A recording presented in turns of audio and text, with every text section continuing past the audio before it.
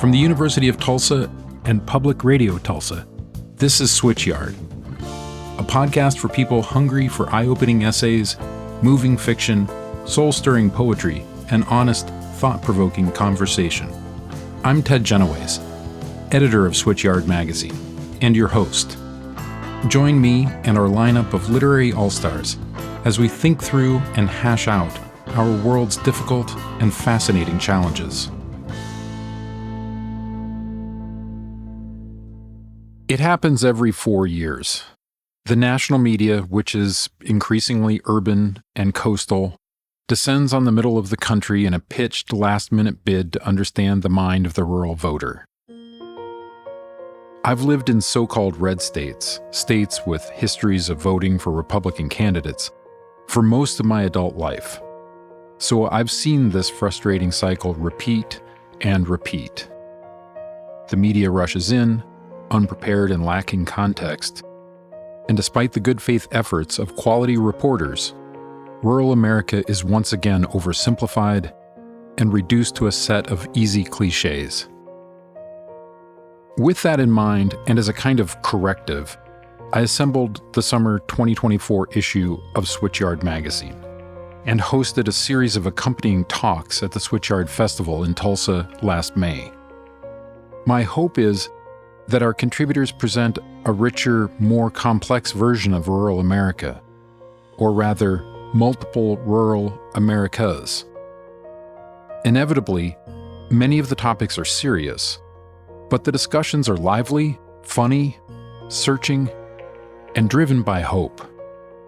In this live audience episode, I speak with singer-songwriter Andrea von Kampen and renowned climate activist Bill McKibben for a heartfelt and intimate conversation about confronting the realities of climate change, how rural America is already the front line of that crisis, and how we can enlist rural Americans to take action to address this defining challenge of our time.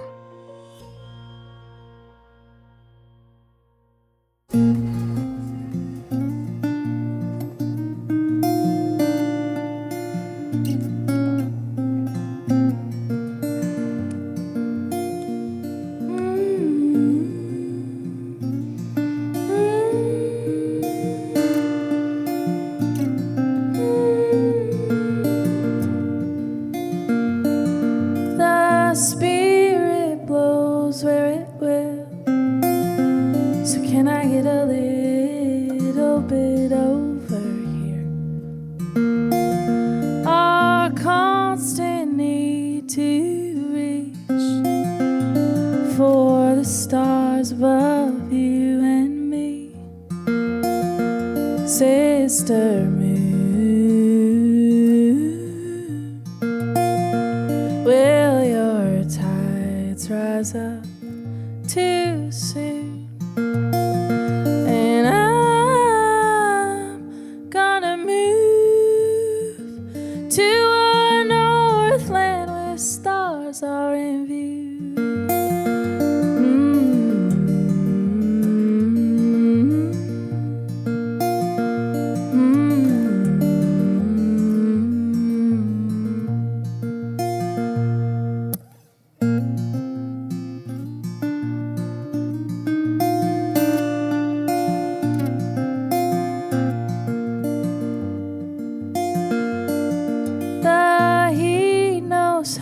To creep into an afternoon in early spring.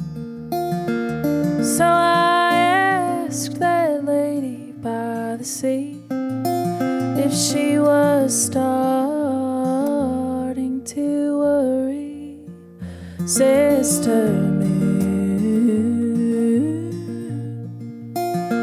will your tides rise up too soon? And I'm gonna move to a northland where stars are in view. To a northland where stars are in view. To a northland where stars are in view.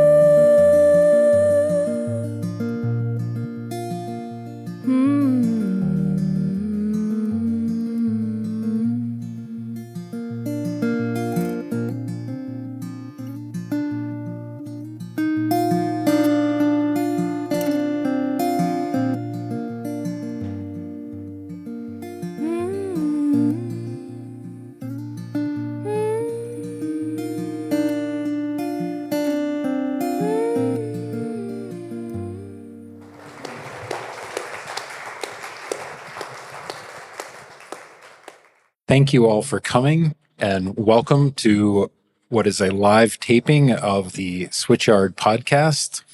You've just heard the first of our guests, Andrea von Kampen, who just performed the title track Sister Moon from her new album. Our other guest, someone you may also have heard of, is Bill McKibben. If you're wondering why this particular combination has been brought together for an evening like this, I'm actually going to let Andrea answer some of that and explain some of the mystery. Andrea, if you could start by telling us about the title track from the new album and a little bit about the inspiration behind the album Sister Moon. Yeah, sure. So I started writing Sister Moon. I was at the Newport Folk Festival and I was playing and just loved the festival, loved the weather. And then I started talking to people about how the seas were going to rise and they were all worried about their homes. And suddenly I was like, oh, wow, I live in Nebraska. I don't really have to worry about this. It's going to have to get really bad before we're having sea level rise. And that was how Sister Moon came to be. It was that conversation that started it. But the album in itself is a broader conversation about climate change. And The Overstory by Richard Powers was another book that I read that really started to make the album get fleshed out and more of a 10-track thing. But another big influence of this album is the deconstruction of traditional religion and how so much of Western Christianity is about destroying the earth. And it was really hard to find voices in that sphere that wanted to live with nature. So St. Francis of Assisi was one of the voices that was a guiding light of this album. So that's where Sister Moon comes from, because brother, son, Sister Moon, he lived so with nature and the earth. So that was how the title track came to be. Thank you. So for obvious reasons, when talking about climate change, we wanted to have Bill McKibben as part of that conversation. But Bill, I also am intrigued by something that you've been writing about a good deal recently, both with the recent piece that you did in Mother Jones, which, by the way, was a finalist for the National Magazine Award. Congratulations. I was there. You didn't win. So if you didn't know that already, sorry about that part. But then a kind of companion piece to that essay that you wrote for the new issue of Switchyard as well. And in both pieces, you're making a case for this idea that so much of environmentalism and so much of the history of environmentalism is about this history of saying no to things, of trying to block things from happening. As you've talked about some of the work that you've done, for example, how we crossed paths in the first place, trying to block a project like Keystone XL. But the recent work that you've done is about trying to move from this history of no to some sort of future of yes. Like we've got to figure out not just what we're blocking, but what we're trying to build toward, what we're trying to make as a new future. Can you tell us a little bit about your vision for that? Yes, I can. But first, you're going to have to listen to me talk for a minute about, first of all, the pleasure of being here, and thank you extraordinarily for having me. And the reason I came is because Ted asked, and he's not only a great writer and thinker and organizer, but also one of the great editors in the English language. And no small compliment, because I started my writing career under William Shawn at The New Yorker, the greatest editor that America ever produced. And what a pleasure to get to be here with you. I can't sing a lick, but I'm smart enough to have understood the power of music in the work and the organizing work and things that I do. So I've gotten to have all kinds of good fun. I've gotten to, at one time or another, bring on stage Joan Baez at Carnegie Hall and Patti Smith and Maggie Rogers last year. And now to get to be here with you is a great pleasure, and to get to hear that. You guys are only a few feet away, or a radio's length away on the podcast, but I'm only 5 feet away, and man, does it sound good. Yeah. Look, I wrote the first book about climate change way back in 1989, long before you were born. And it had the cheerful title, The End of Nature. So I've no Pollyanna about any of this. We're obviously in a horrible bunch of trouble, and we can talk about it. We probably should at some point, because it's deep and getting deeper fast, and there's no guarantee that we're going to get out of it. We're certainly not going to get out of it whole. But we're also at an extraordinarily interesting moment in human history, potentially. And along with Sister Moon, Brother Sun may be coming to our rescue in an almost Hollywood fashion here. Right at the moment that we absolutely have to stop burning stuff on this planet, coal, gas, oil, anything, right at that moment in human history, the engineers have managed to, over the last decade, drive down the price of solar power and wind power by about 90%. We live on a planet where the cheapest way to make the energy on which we all depend is to point a sheet of glass at the sun, which is really an extraordinary moment. Humans have been setting things on fire for 700,000 years. Darwin said that fire and language were the two things that really marked out our species. But now fire is causing us unbearable set of problems. The climate system is on the verge of being utterly, utterly wrecked. And I mean, in the next few years. Not only that, 9 million people a year die from breathing the particulates that get pushed in the air when you burn coal and gas and oil. That's 1 death in 5 on this planet. Not only that, it turns out, what do you know, that the people who control too much of the scarce supplies of fossil fuel use their winnings to do things like invade Ukraine and launch land wars in Europe in the 21st century. All of which means the fact that every place on Earth has lots of sun and lots of wind is an extraordinary blessing. And the possibility that we could turn there fast is a deep moment in the possibility for our species. And I think a very exciting one, exciting in the same way that the moonshot was exciting, a kind of unifying challenge that brings all the human qualities to the fore, not just our technical ability, but our ability to plan, to think, to cooperate, to figure out how to make things happen. And we had to do it in very short order.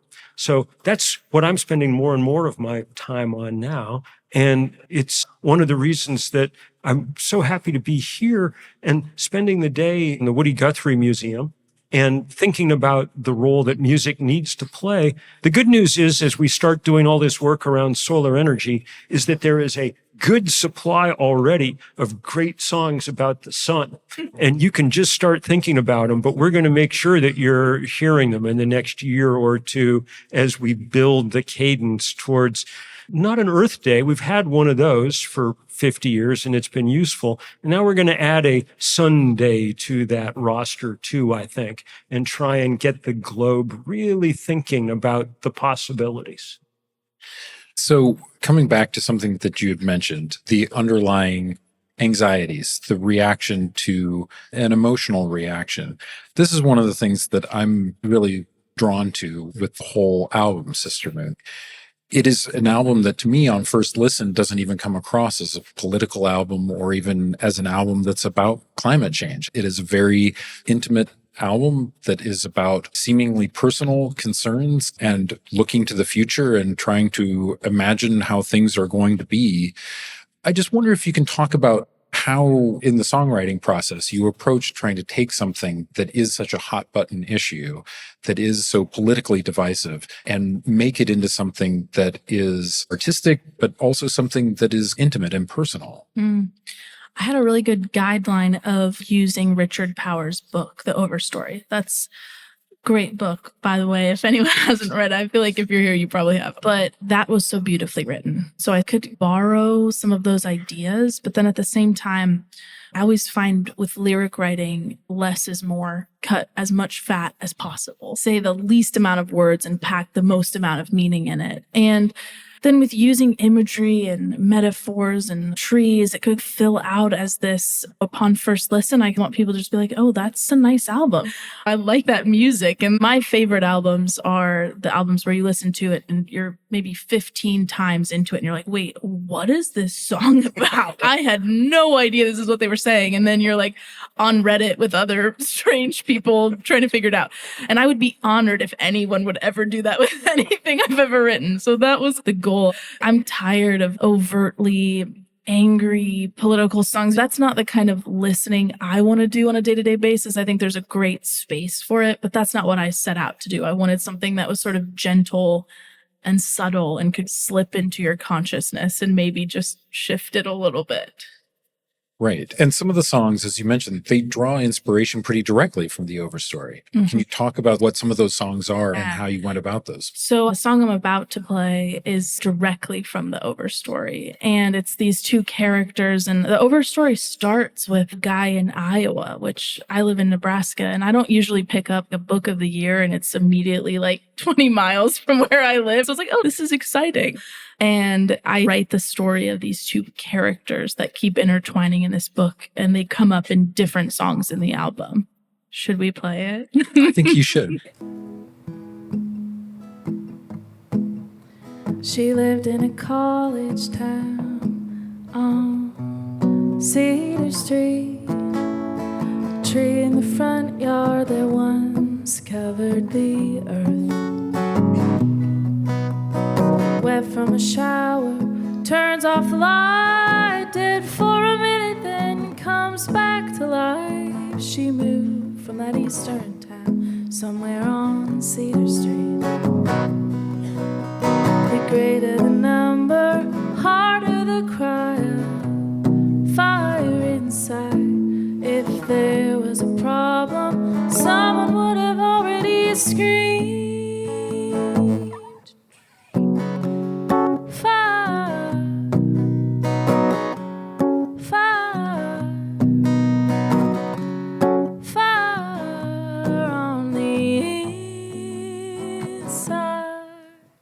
She had a vision of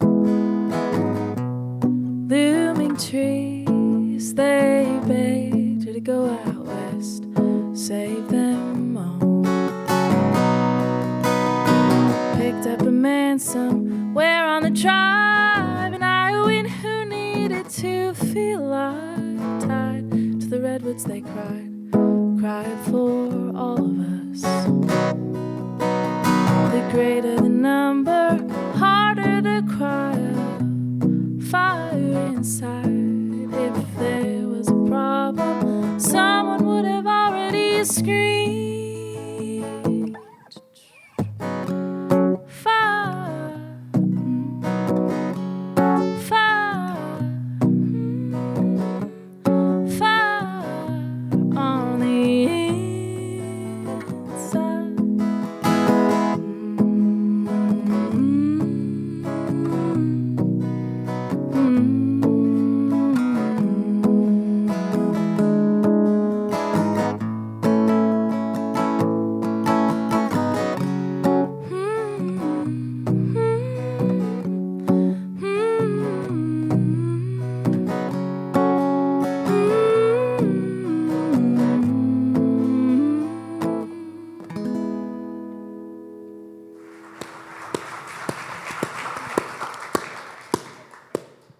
Bill, you smiled and nodded with a look of recognition. I mean, it's a gorgeous song and such an important book. Richard sent it to me in manuscript when he was finishing it up to read. And I immediately wrote him back to say, this is a great book in many different ways, including an astonishing book about activism and how it works. But it's also the first book in modern canon that manages to make an actual character out of a tree. It's a work of such incredible empathic power.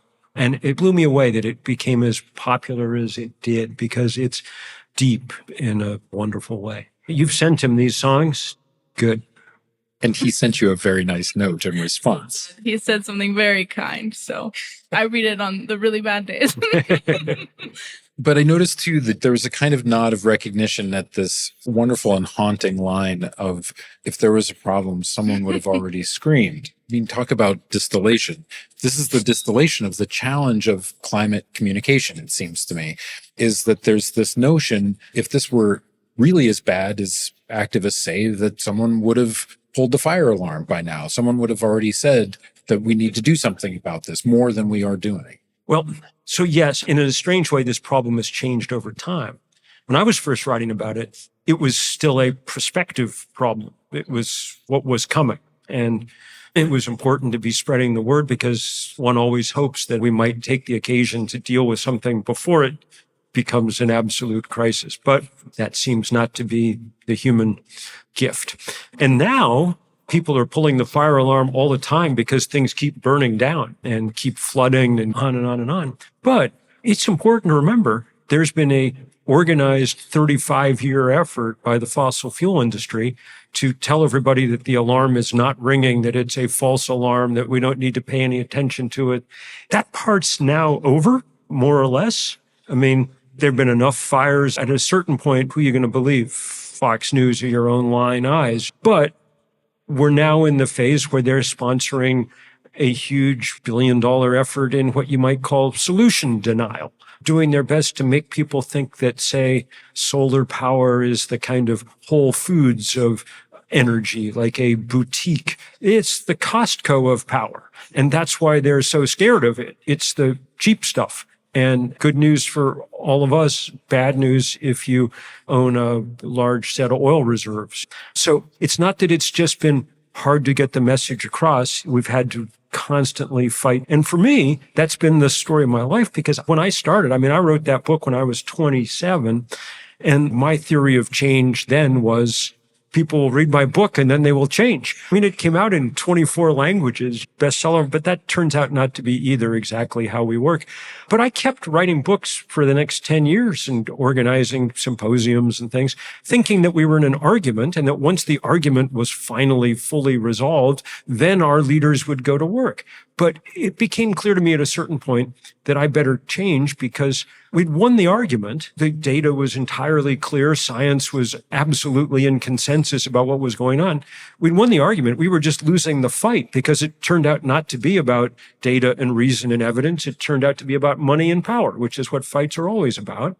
And the only way to stand up to the overwhelming money advantage of big oil was to organize people. So we started things like 350.org, which was the first effort at a global grassroots climate campaign. We've now organized 20,000 demonstrations in every country on earth except North Korea. And now I organize old people like me because I'm not 27 anymore. And we have Third Act now, and we've got 70,000 people around the country and doing fantastic organizing work to demand change, and with increasing success on all kinds of big fights. But no kidding, we're way behind and we're in huge trouble. And that's the story. And though it's now clear to everybody, 70% of Americans understand that global warming is a real threat, which in this country, to get 70% of people to agree on anything is pretty good. But people don't understand quite the urgency and time-limited nature of it. The last 11 months have each been the hottest month ever of their kind. We just came through the hottest April ever. Our thermometer records only go back 200 years, but scientists are good at building proxies, glacial cores, ocean sediments. Last year was the hottest year in at least 125,000 years. 125,000 years ago, archaeologists tell us, was when humans began etching symbols on bones. It was the beginning of whatever tradition that goes up to where Andrea is taking us today. So nobody's ever lived that we would recognize as lived through, and 2024 so far is hotter than 2023.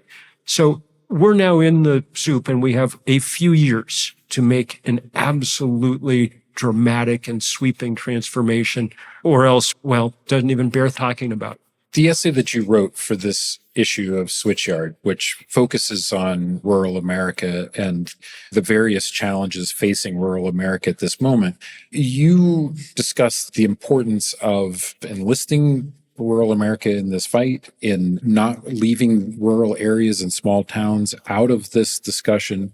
I wonder if you can just talk a bit about that, and about also, as you do in the essay, your intimate knowledge of such places. So I've lived all my life, with the exception of a few years in New York at the New Yorker, I've lived all my life at the end of dirt roads, and some of them in very, very red state parts of the world. The congressional district where I lived most of my life in upstate New York is now represented by Elise Stefanik, so that should give you some idea. And now I live in Vermont, which is the most rural state in America, but a very blue state. We're in Bernie Sanders territory. So I love rural America. It's where I live. And I do think that it needs to play a truly important role, the most important role in what's going to happen over the next few years. But I also think that, like all Americans now, everybody in rural America is too good at whining about things and being self-pitying and going on and on about how, oh, it's flyover country and no one pays any attention and whatever.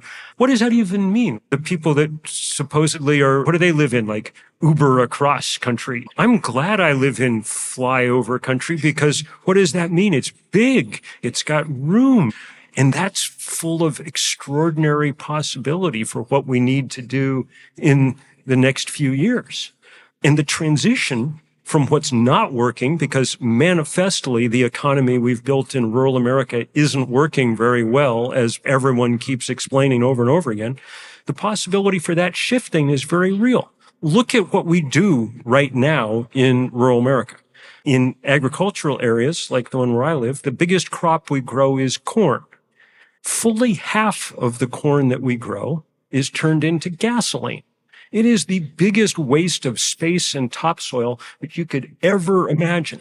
You could take roughly 3 or 4% of that land that's used for growing ethanol at the moment, and if you put solar panels on it and connected them to electric vehicles, you'd get more gas mileage than you do from covering all of the Midwest. And what do you know? You don't have to pour nitrogen and phosphorus on solar panels to make them work. All you have to do is point them at the sun. And when you do, you give farmers who own that land a crop to grow that brings a steady return. It's leasing at $1,000 an acre often now, and one that doesn't go up or down. The price of electricity is remarkably stable, and you're actually growing a crop that people need. Electrons are the thing we use the most of. We need no more corn syrup. We need no more ethanol, but we need a lot of electrons going forward, just to give an example. So I think that the chance for rural renaissance connected to this absolutely enormous transition that we have no choice about as we move from fossil fuel to renewable energy, that is very real if we think about it in smart and intelligent ways over the next little while. I'm excited by it. Me too. Yeah, exactly. I'm getting very excited. And obviously we know each other from Nebraska. We do. A certain amount of corn is grown in Nebraska. I mean, these are issues that have spoken to you as someone who has come from an agricultural state. I mean, as you said at the beginning, it's easy in such places to feel disconnected from issues of sea level rise or those sorts of things.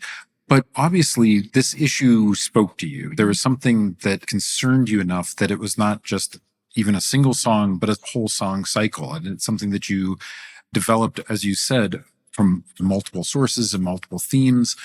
Picking up on this notion, how does this connect to you in Nebraska, and how do you see climate change, the effects of it, the evidence of it in your everyday life? Yeah, I think a big thing is I've lived in Nebraska now for 25 years or whatever, and it is weird to experience how much hotter it's becoming, to see less snow. And I feel like every year they'd say that we're having a once in every 100-year event. And it's like, I don't feel like we can call these once in every 100-year events anymore. And we had a derecho last year. And Googling what's a derecho, it's like, well, it's just the most insane wind you'll ever see. And it's just living through. The plains have always been a harsh climate, but seeing less snow, having the heat last longer, and then talking to people and knowing that the Ogallala Aquifer is drying up and our main sources of water are at risk. And it's like you live with these threats every day, and I'm very aware of it. And I mean, it's scary. And I think the thing that made me decide, okay, it's really time to start writing about this is the timeliness of it.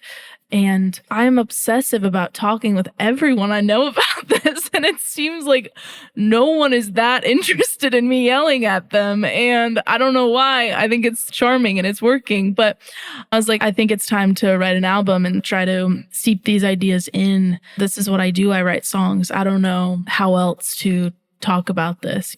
Yelling isn't working and people aren't all that interested. So I thought, well, I'll write a little concept album and see if that does anything differently. So in the interest of full disclosure, we talked about what songs you were going to play in advance and in what order. But hearing you talk about, in particular, the heat and the sense of feeling the summer's getting hotter, which I have to say, for those of us who are suffering through the summers here in Tulsa, I don't know how anyone can ignore that. I mean, you have these stretches of days that are 100 degrees and hotter. It becomes impossible to ignore.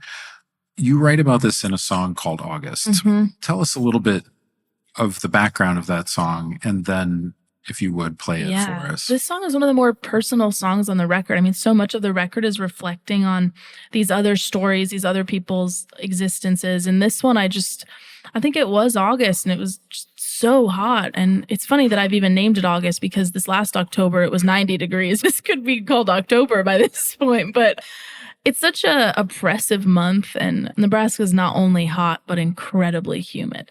So it was just this sad lullaby song of, I don't know what we're going to do. And this is incredibly stressful, and I don't know what the future holds. And I just penned this song, sat down and wrote it really quick, and that's how it came to be. And just by way of setup, I mean, the thing for me that is so moving about it is also wondering this question, which I think is a central question of all of these discussions. What is this going to be like for our kids? Not just how is this going to affect us, but future generations. Yeah, that's the scary part, isn't it?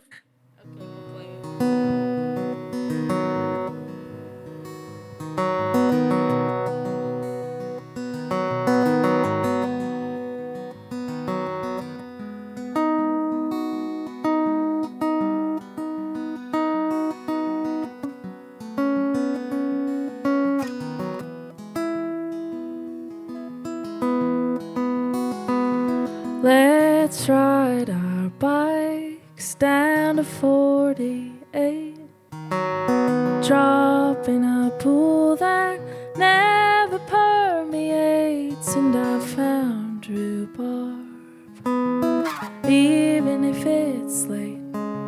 Find me something sweet and I will make it okay.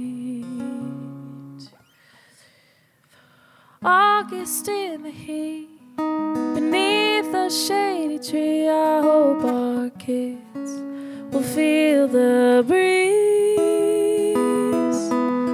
All my dreams so free, tell me how to be in this late summer heat. I'm scared of all the things they'll miss. December's turning white, the beauty of the forest, the Ogallala, still high, the air was heavy. Even when it's late, nighttime will come, but the cool will stay away. August in the heat, beneath a shady tree, I hope our kids will feel the breeze.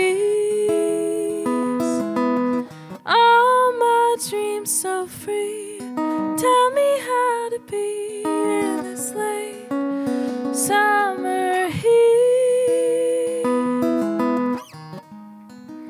Da da da da da da da.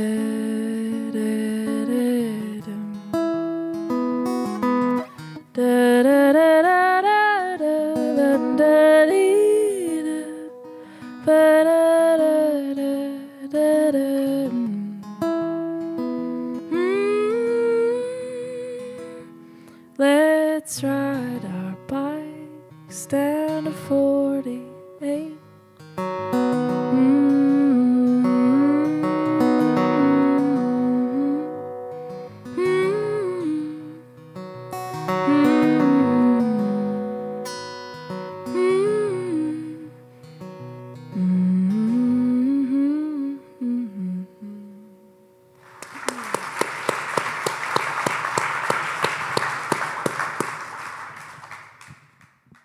I think sadness is an underrated emotion when it comes to dealing with climate change, actually.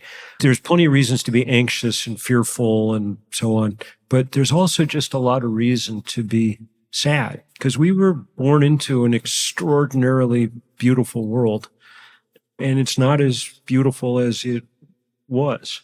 It's still beautiful and has much to fight for, but where I notice it, where because I love winter above all seasons, is the way that it's just disappeared or is at its edges. And so often now the January snowstorm that should be a snowstorm turns into a rainstorm halfway through. And that time of rest for the mountains where I live is just interrupted. And sadness is something, and that's beautiful, beautiful evocation of it. Thank you for that so much. Yeah, agreed. And I wonder, Bill, if you'd talk about the power of this kind of thing. You mentioned music and how it has, of course, played a key role. I would argue that Woody Guthrie's Dust Bowl Ballads is an environmental album. I mean, it is certainly a protest album, but it is a documentation of an ecological disaster and of the human impact and the environmental impact. So there's a long, rich history of this kind of work.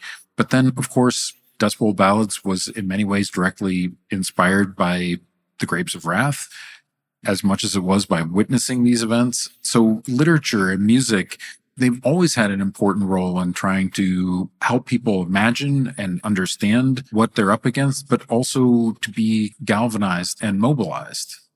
So this is something I think about a lot as an organizer.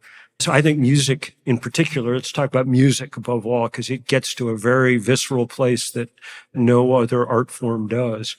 Music has a bunch of different roles, and one of them is the role that this, as you were explaining, and rightly so, that this album fulfills, to get people to think about something that they hadn't been thinking about, or to take it in ways that they can't take in head on by reading the newspaper because it's too difficult or too whatever. So that part's really important.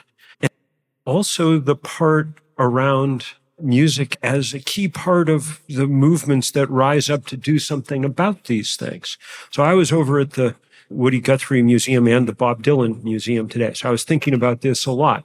And Dylan, obviously, in the early Dylan became one of the voices of that moment. One of the other great voices, Mavis Staples, is coming here this week, I hear, or next week or something. One of the great links to history, a profound part of the civil rights movement.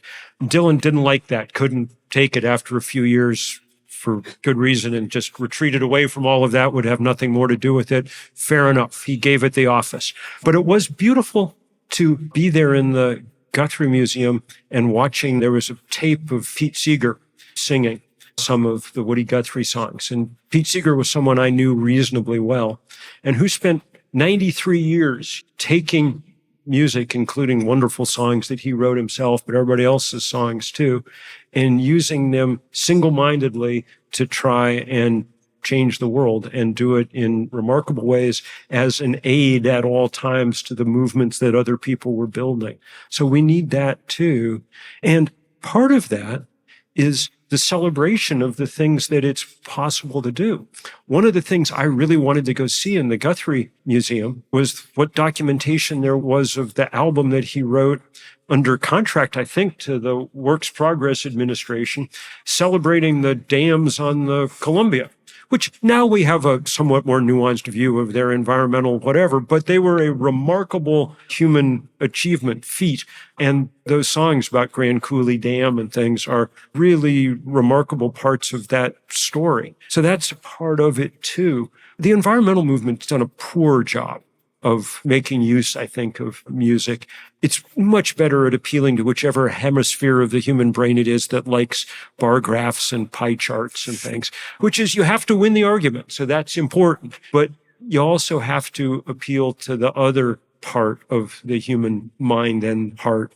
I've sometimes said that climate change is a test of whether the big brain was a useful adaptation or not. It got us in a lot of trouble. Will it get us out? But more and more, I become convinced that the actual answer to that question has to do with the size of the heart to which the brain is attached, and whether or not we actually care enough about this place and each other to summon ourselves to do what's necessary to make the changes that we have to make. And we're going to find out in the lifetimes of everyone in this room, whether we are up to it or not.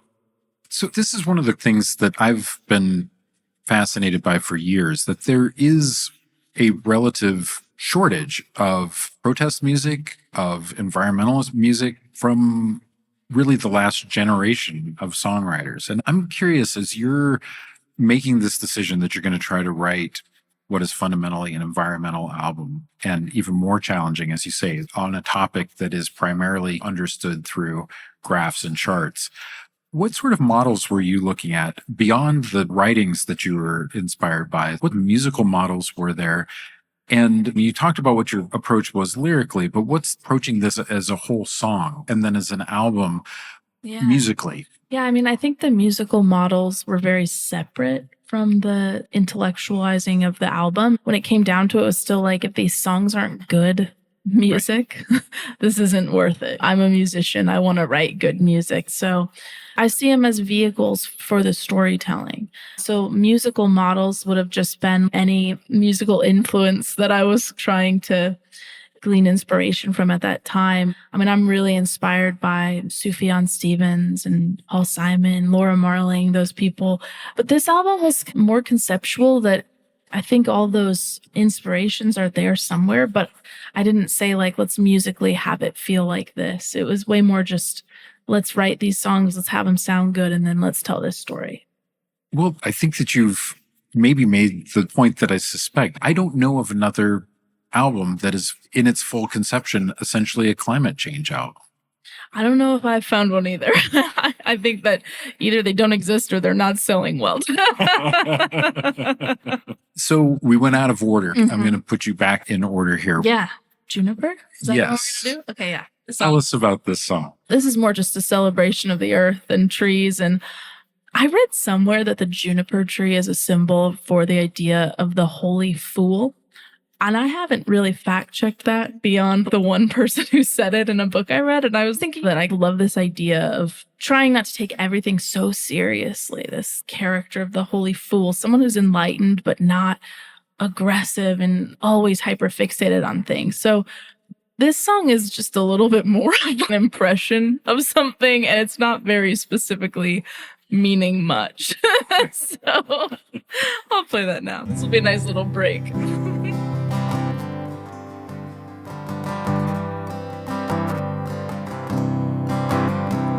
I wish I had a forest full of junipers I could breathe in, be easy for a while.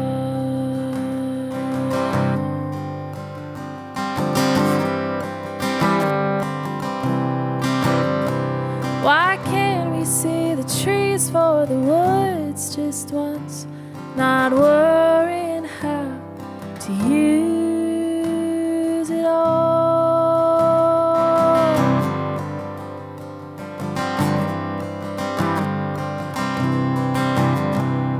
We spent the evening, sparks in the sky, and you told me that you would rather die. I begged you to listen. It's not how it seems, but a mind can betray you on all sorts of things.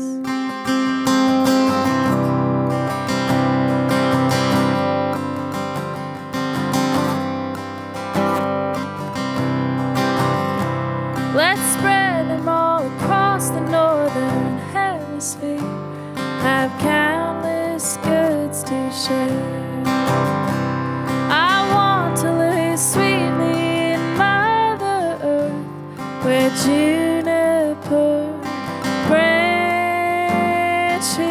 sway.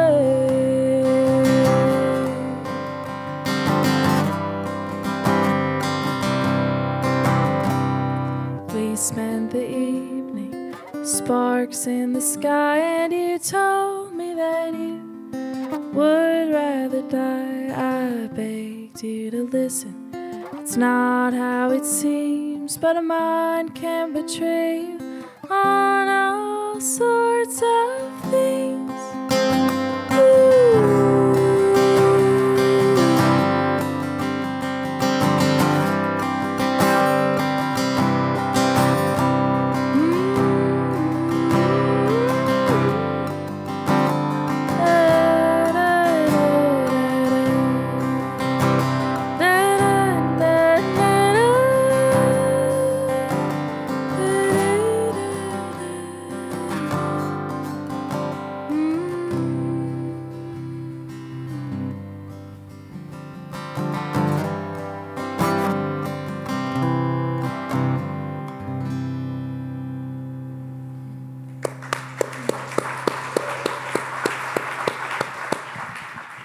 So I have one point of disagreement. That it wasn't very lighthearted. No. No, it's not that. Okay. I actually think that as much as sadness is an important emotion in all of this, that finding joy is important as well. Finding some pleasure, some sense of direct connection to the natural world, to all that's possible, is also a really important thing for the songwriter, for the writer to be able to do, so that we continue to feel recognized, the sort of intrinsic value in those things. One of the things, and this may seem esoteric, but you brought this up, Bill, so you brought it on yourself. But that song has always made me think of the strange moment in history where we briefly had Henry A. Wallace as our vice president and ended up with a response to the Dust Bowl and the devastation of the soil, that we end up with the Soil Conservation Act, and we end up with the planting of shelter belts of trees and a kind of restoration of the prairies that is meant to respond to this. It was a massive undertaking, and one that won the support of Woody Guthrie, and he became a vocal advocate for Wallace when he ran for president. Not that that did any good in the end. But I always look at that as an example of how, in an environmental crisis, it is possible to mobilize the government, the large numbers of people, to undertake these huge projects and to accomplish remarkable things. You might have missed it in the news last week because it had to compete with the trial with porn star and the governor who was shooting her puppy and on and on and on. But the Biden administration last week announced the birth of the Climate Corps, modeled on some combination of the Peace Corps and the CCC from the Civilian Conservation Corps from the New Deal era. And it'll put, in its first instance, 20,000 young people to work around the country doing this work of learning how to do all this that we desperately need. If you know a young person who asks you, what job should I do if I want to help the world, the correct answer at the moment is electrician. We need 1 million of them, and it's a good paying, stable job, and we can't get done what we have to get done over the next 10 years unless we get 1 million new electricians in this country.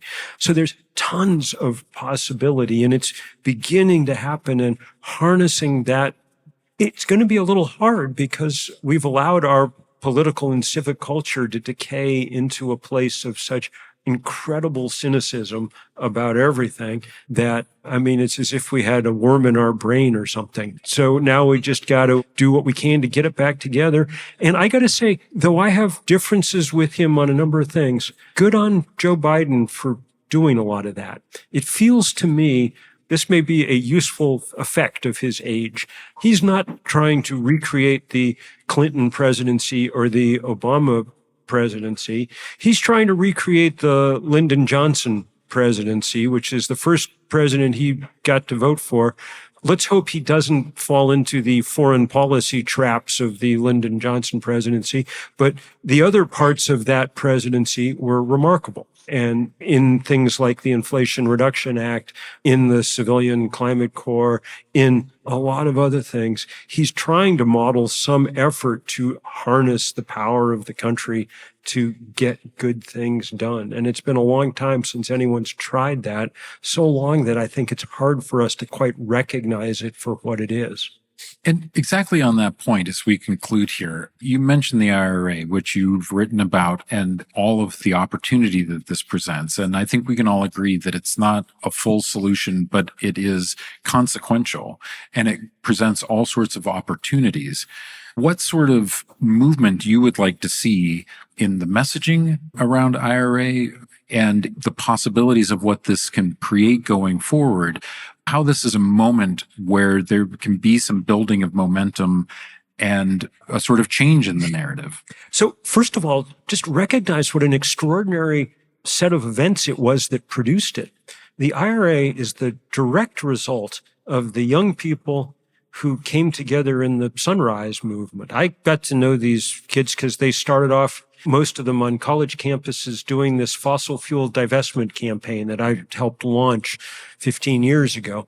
When they got out of college, they wanted to keep going, and they formed this thing called the Sunrise Movement that brought us the Green New Deal, you'll remember, and managed to build enough enthusiasm around it that in the 2020 Democratic presidential primaries, climate was the number one issue that Democratic voters listed as they went into the polls.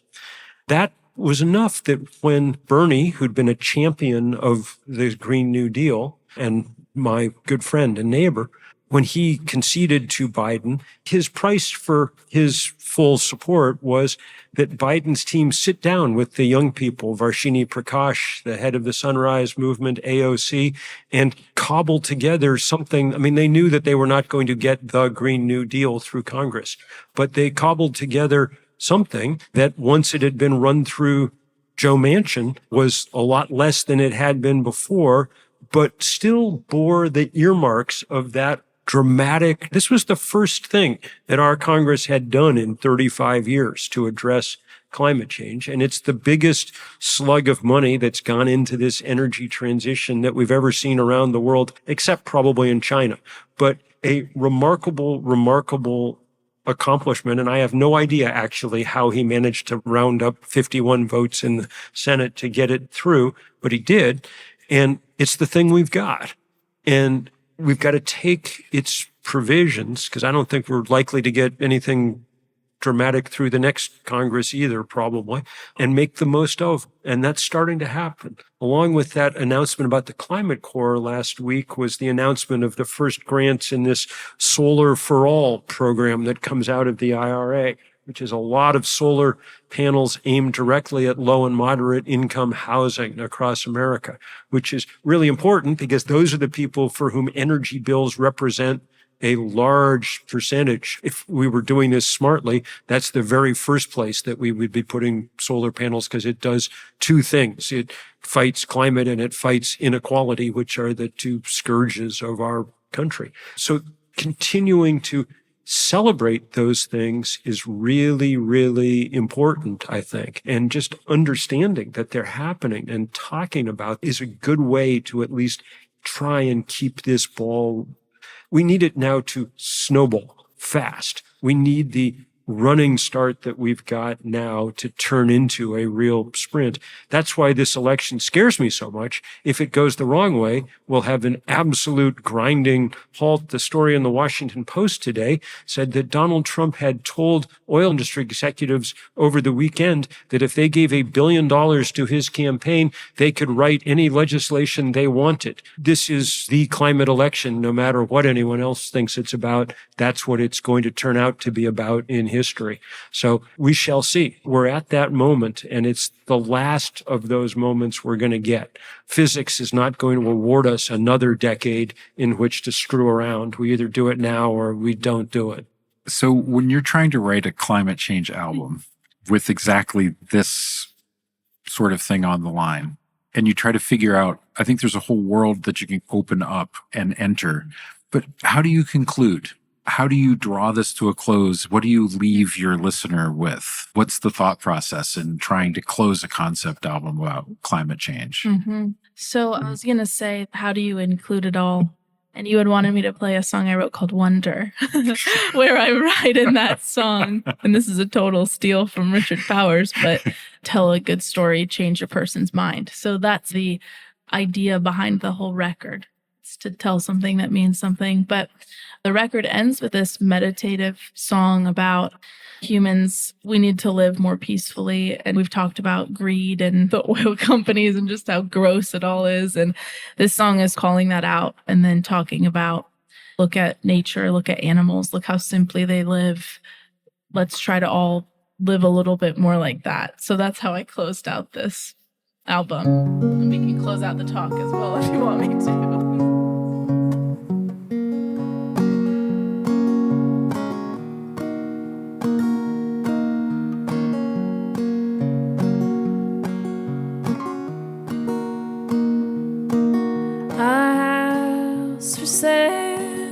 Is not a home, and we are what we've done.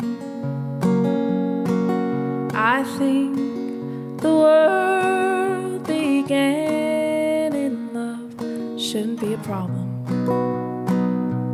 to solve. You wouldn't catch me climbing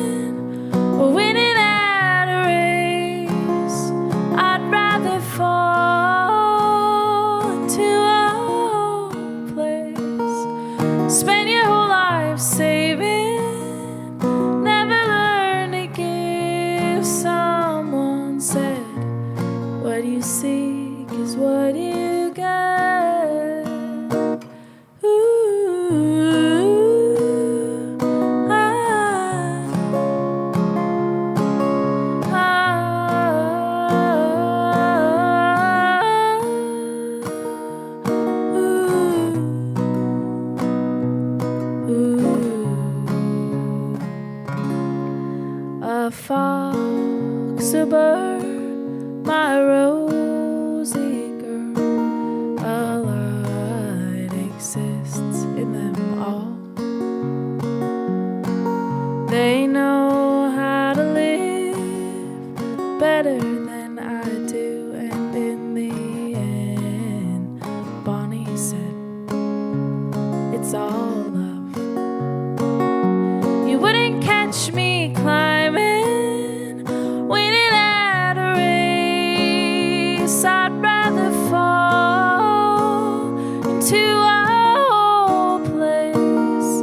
Spend your whole life saving, never learn to give. Someone said, what you seek is what you get.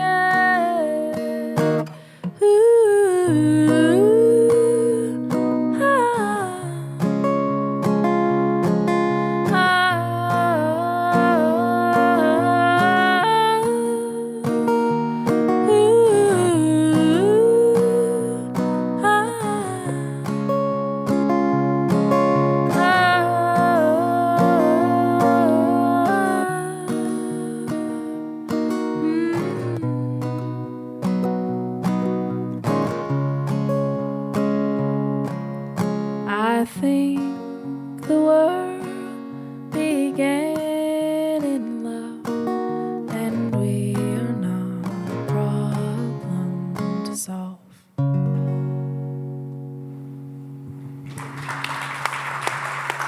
Andrea von Kampen, Bill McKibben,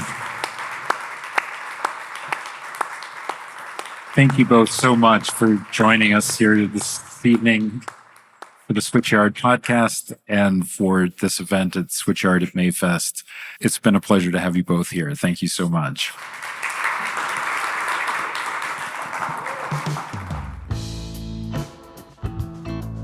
Thanks for listening to Switchyard.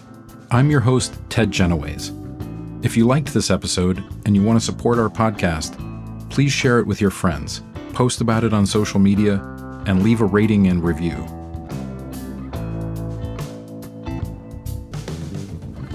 Switchyard is a production of the University of Tulsa and Public Radio Tulsa. We made this episode with executive producer Marianne Andre and Charles Lipper and Cass Lee at Volubility Podcasting. Special thanks to TU President Brad Carson and the Church Studio.